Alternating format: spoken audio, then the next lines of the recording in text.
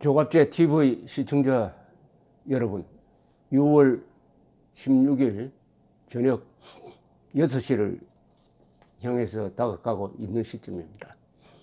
류건일 전 조선일보 주필이 오늘 또 자유한국당에 대한 비판적 소감을 밝혔습니다. 자유한국당이 이번 지방선거 참패한 뒤에 어제 의원총회를 열었습니다. 원내대표 김성태 의원이 우리가 여전히 수구 냉전적 사고에 머물러 있으면 국민들은 점점 더 우리들을 외면하고 말 것이다 라고 이야기를 했는데, 여기에 대해서 류건일 선생은 단미주의 클럽 블로그에 이런 글을 올렸어요. 제가 한번 읽어드리겠습니다. 잘못했습니다. 반성하겠습니다. 다시는 이런저런 짓을 하지 않겠습니다라며 국민 앞에 사과하는 취지 자체는 나무랄 일이 아니다. 문제는 할 말 안 할 말을 잘 골라서 해서야 올바른 반성이 되는 것인데, 김성태 원내대표가 사용한 언어들을 자세히 들여다보면 고개가 갸우뚱해지는 사례가 있어 고소를 금할 수 없다. 자기가 한 말이 무슨 뜻인 줄 제대로 알고나 한 이야기인지 심히 궁금하다. 예컨대 수구 냉전적 사고방식과 보수 이념 해체 운운한 구절이 그렇다. 자신들이 지금까지 추구한 대북관계 정책, 활동, 은행, 노선이 정말 그처럼 해선 안 될 수구 냉전적 짓거리였다면 그럼 그런 그들을 꼭 자유우파인 줄만 알고서 애초에도 찍어주고 이번에도 30%대 지지율로 찍어준 표심은 순 가짜 우파를 찍어주었다는 것인가? 온갖 악조건 하에서도 자기들을 찍어준 순진한 자유우파 유권자들을 그런 식으로 일순간에 바보 만들어도 좋다? 이것인가?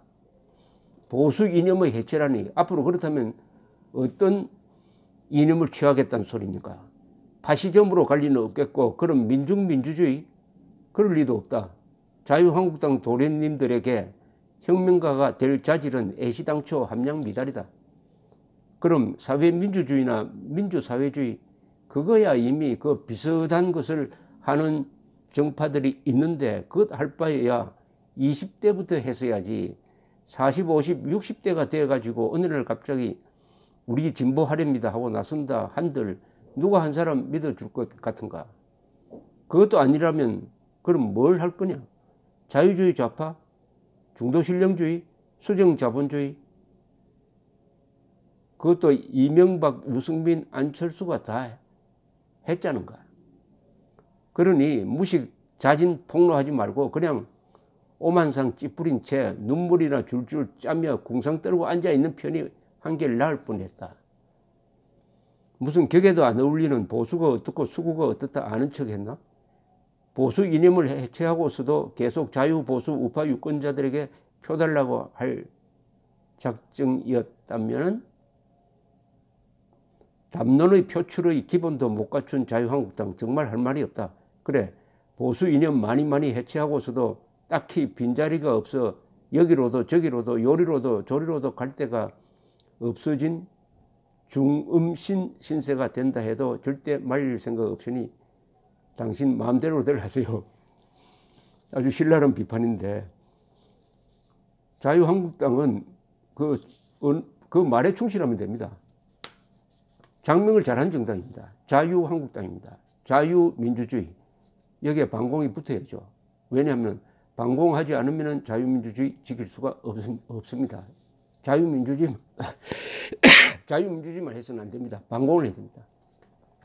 반공 자유민주주의. 그 안에 시장경제 다 포함되어 있습니다. 그리고 이 자유민주주의라는 것은 무슨 뜻이냐 하면은 진실, 정의, 자유를 가장 소중한 가치로 한다는 뜻이니까 거기에 법치란 말이 딱 포함되어 있습니다.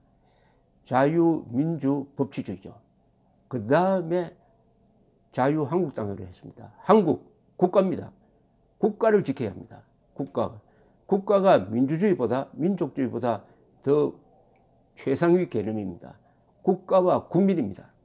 국가와 국민을 내세워야 합니다. 즉 애국적이어야 합니다. 애국. 국가는 신성 불가침한 존재는 아닙니다만 국가는 우리의 공동체입니다. 공동체를 지키기 위해서는 법치가 있어야 되는 것이죠. 안보도 있어야 되죠. 그리하여 자유한국당이라는 명칭에 충실하면 그게 바로 자유한국당의 이념이 되는 것입니다. 그게 바로 보수고 우파고 자유라고 표현되어지는 것 아니겠습니까? 그런데 이것을 수구 냉전적 사고였다? 저는 자유한국당이 한 번도 수구적이었던 적도 없고 냉전적이었던 적도 없다고 생각합니다. 자유한국당이 수구적이었으면 대기업만 편들고 부자들만 편드는 그런 정책을 펴서야 안 됩니까? 그런 정책 편 적이 없습니다. 자유한국당도 좌파적 정책을 많이 폈죠. 그런데 스스로 우리가 그동안 수고였다 하면은 우리는 그동안 대기업만 편만 들었다, 가진 사람 편만 들었다고 자신의 얼굴에 스스로 침을 뱉는 격입니다. 하지도 않는 것을 했다고 해서 사과하고 하면은 이건 뭡니까? 노예죠. 자아상실이고 남 기분 맞춰주기 위해서 자기가 저질러진 죄도 저질렀다고 하면서 사과한다면은 그런 존재는 있을 필요가 없습니다. 냉전적 사고라고요. 자유한국당이 언제 간첩 수사하기 위해서 합동수사본부 다시 만들자, 북한의 핵무기 개발에 돈과 정보, 정책 이렇게 협조해 준 사람 잡아넣자 하는 그런 캠페인을 벌린 적이 있습니까? 직분했을 때도 한 번도 한 적이 없습니다. 그렇게 해야 그걸 냉전적이라고 할 수 있습니다. 냉전적은 절대 나쁜 게 아닙니다. 사실은 지금 대한민국은 냉전하고 있는 나라입니다. 북한이라는 존재가 있으니까 다른 나라에서는 냉전이 해체되었지만 한반도에는 냉전이 있어요. 냉전적 사고방식을, 냉전적 행동을 안 한 것이 자유한국당의 잘못인 것입니다. 그런데 자기들이 하지도 않은 냉전적 사고에 젖어 있었다고 하니까 이것도 자신들을 비판하는 좌파 세력한테 아부하는 그냥 서비스입니다. 서비스도 자신의 영혼을 갖다 바쳐버리는 그런 서비스를 하고 있는 것입니다. 이 기회에 한국의 보수 이념, 우파 이념 뭐라고 부르든지 이것은 반공자유민주주의입니다. 그것을 분명히 확인할 필요가 있습니다. 반공자유민주주의는 한국의 역사적 현실 속에서 확인해야 됩니다. 반공자유민주주의를 구현한 사람이 바로 자유한국당의 영혼이고 이념적 지도자고 역사적 전통이니까 그 전통을 이어가야 됩니다. 보수는, 우파는 전통과 역사를 중요시하게 생각합니다. 이 나라가 하늘에서 뚝 떨어진 존재가 아니다. 나라는 존재도 다 우리 부모님이 있고 민족이 있고 해서 내가 존재한다. 이렇게 앞뒤로, 앞과 뒤, 우리 앞에 살았던 분, 그리고 우리 뒤에 따라오면서 사는 사람들을 소중하게 여기는 사람들입니다. 그러니까 아래 위를 아는 게 바로 보수입니다. 아래 위를 아는 것, 그게 효도이기도 하고 충성이기도 합니다. 거기에 충실해야 되는 것입니다. 그러려면은 자유한국당은 이승만의 자유민주주의 건국 노선을 따라야 합니다. 박정희의 근대화, 산업화, 복지, 그리고 고민 많이 한 그분식의 한국적 민주주의, 이것을 개성 발전시켜야 됩니다. 개성 발전시켜야 됩니다. 그대로 카피하면 안 돼요. 1970년대의 박정희의 유신 시대를 지금 21세기에 그대로 적용하면 안 되죠. 그게 바로 수구입니다. 그렇게 하지 말고 좋은 것은 받아들이고 나쁜 것은 버리고 취사 선택을 하면서, 그러나 그 정신만은 지켜가야 됩니다. 이승만 박정희는 대한민국 민주주의의 아버지요 어머니라는 사실을 당당하게 이야기를 해야 됩니다. 자, 그러면 이승만 박정희의 정신 중에서 오늘 자유한국당이 활용할 수 있는 게 있느냐? 있습니다. 이승만 박정희 두 분 다 한국 역사 속에 특권층을 배격한 사람입니다. 특권층. 이승만은 조선조적 봉건 잔재, 봉건적 체질을 극복한 사람입니다. 즉 노예근성, 백성근성 이런 것을 버리고 국민과 개인 중심으로 뭉친 자유 그리고 자주하는 나라를 만들겠다고 해서 자유민주주의 건국을 한 사람입니다. 바로 이승만으로부터 자유정신과 자주정신을 우리는 이어받아야 합니다. 박정희는 뭐냐? 이분은 조선조적 신분 질서를 타파하려고 했던 사람입니다. 조선조적 신분 정신의 핵심은 산농공상입니다. 그때 산은 뭐냐? 이걸 현대로 바꾸면은 과거는 과학시험 합격자지만 지금은 어떻게 보면은 이 사법시험 합격자로 상징됩니다. 기자, 검사, 판사, 국회의원 그리고 귀족노조 이 사람들이 하나의 특권층이 되어가지고 이 사람들이 한국 사회에서 군림하는 것 그 그늘에서 기업인들이 과학자가 기술자가 군인들이 아주 차별받고 멸시받고 하는 그런 나라를 바꿔가지고 기업인과 군인과 과학기술자 중산층 이런 사람들이 새 역사 창조의 주역이 되도록 만든 사람이 바로 박정희입니다. 그러나 그 꿈은 아직도 이루어지지 않았습니다. 지금 대한민국에서 특권층이 누구냐? 바로 좌파 집권 세력이 특권층입니다. 이 자유한국당은 자신의 번지수를 정확하게 알아야 됩니다. 자유한국당은 특권층도 아니고 수구도 아니고 냉전적 사고방식을 하는 사람도 아니에요. 한국 사회의 특권층은 바로 좌파 집권 세력입니다. 그 사람들이 기득권 세력입니다.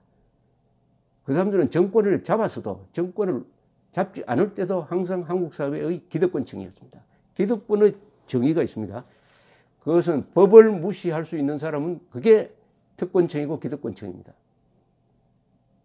그동안 지나간 한 20년, 30년 동안 한국 사회에서 법 위에 있는 사람들이 있었지 않습니까? 법 위에. 법 위에 있었던 사람들은 누굽니까?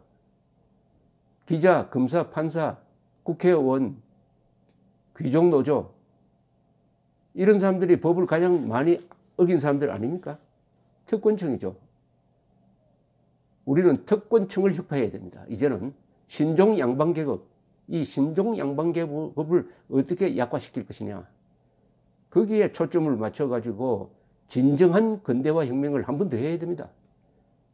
아직도 우리가 조선조적 신분 질서를 타파할 부분이 많습니다. 많습니다.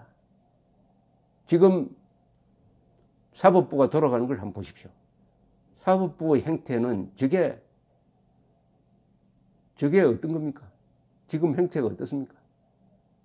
이것은 사법시험 합격자의 행태가 저렇습니다.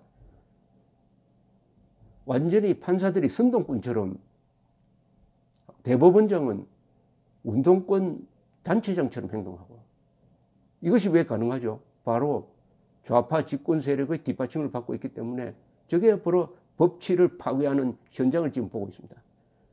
사법부의 저런 모습은 상권 분립을 원칙을 파괴해가지고 막강한 대통령 권한을 사법부가 견제하는 것을 못하게 합니다.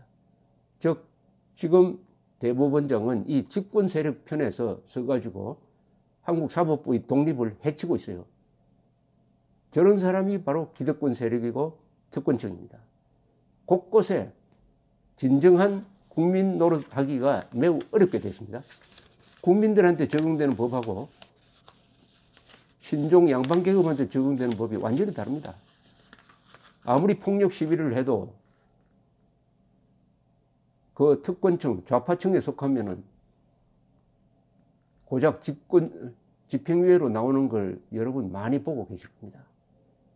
그런가 하면은 반공, 나라를 지키기 위해서 공산당과 싸웠던 사람들이 지금 재판을 받으면은 최소한 징역 3년입니다. 이 차이는 뭡니까?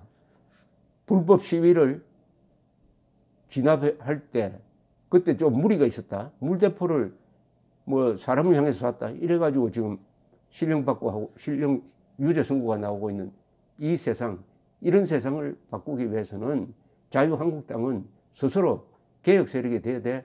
개혁의 표적을 신종 양반계급 특권층을 개혁 대상으로 삼아야 합니다. 그런 비장한 자세, 목숨을 거는 자세, 이게 진정한 개혁입니다. 그러니까 이승만, 박정희를 제대로 배워야 거기서 두 사람의 위대한 혁명가의 혁명 정신으로 무장할 수 있을 것이라고 생각합니다. 자유한국당은 이승만, 박정희 노선에 서야 합니다. 노선을 추종해서는 안 되고 그것을 개성화돼 발전시켜야 합니다. 감사합니다.